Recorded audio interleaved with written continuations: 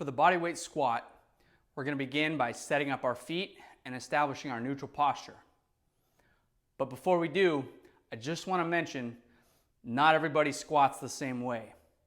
You might feel more comfortable with a wider stance or a more narrow stance. You might feel more comfortable with your toes pointed out or your toes straight ahead.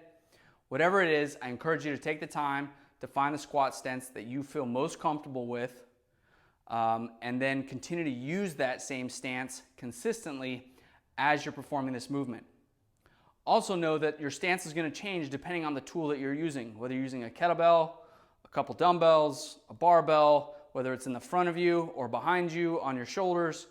It's going to change how you set up with your feet, because it's how the load is distributed is going to determine how those femurs fit into your hip sockets and how they're moving and rotating and bending and flexing with the knees and ankles and your torso and your upper back. It all matters. So give yourself some grace and practice on this bodyweight squat before you make those progressions onto using other tools.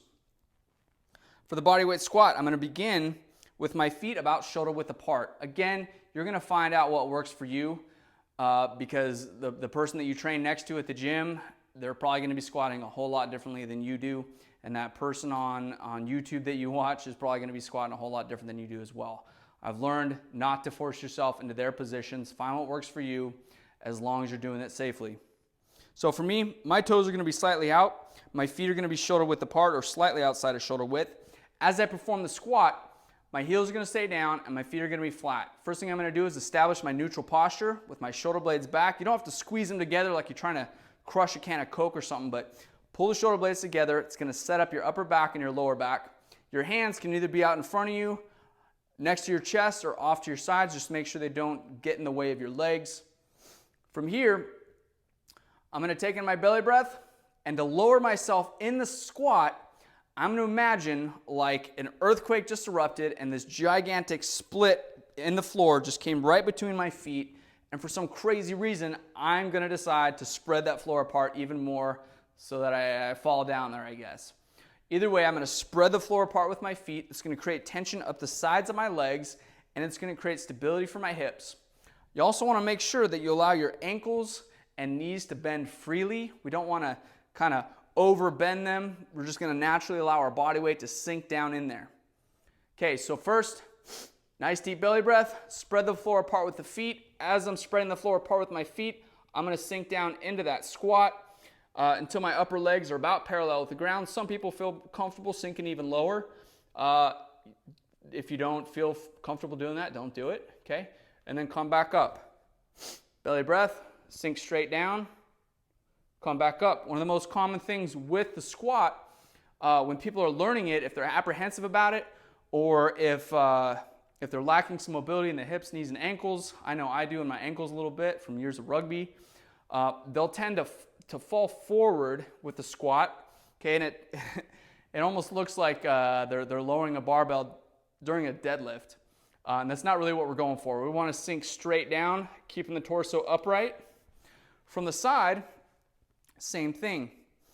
Find your squat stance, feet shoulder width apart, toes straight ahead or pointed out, it's up to you, heels are down. Establish your neutral posture, taking your nice deep belly breath.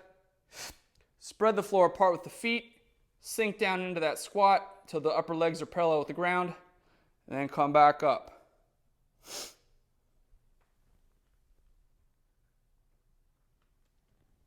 Okay, couple common mistakes with the squat. Again, coming forward as they lower themselves. The knees might be tucking in, or at the very bottom of the squat, you want to avoid your upper back and your lower back creating this arch. You'll notice everything stays neutral throughout the squat. If I go too low, my hips might tuck under a little bit at the bottom. You may see it, you may not. It's all going to depend on how your body is built. If you're not comfortable performing a bodyweight squat, you can try our box squat variation or squat to a box to get you comfortable to lowering yourself under control before you take away the box and start moving under your own body's control. Once you've mastered the bodyweight squat, then you can move up into a kettlebell variation, a dumbbell variation, and then ultimately into the barbell. If you're not good at the squat, I highly recommend getting into that position daily. You don't have to sit there for 5 minutes in the squat position. Whether you're cranking out like 5 bodyweight squats a day, whatever it is, work on the position, get comfortable with it. We're also going to provide, if you're part of our membership site on Resurgent Strength, we will have a full library of stretches and mobility movements that you can do to get yourself into a better squat position. But that's how you do the bodyweight squat.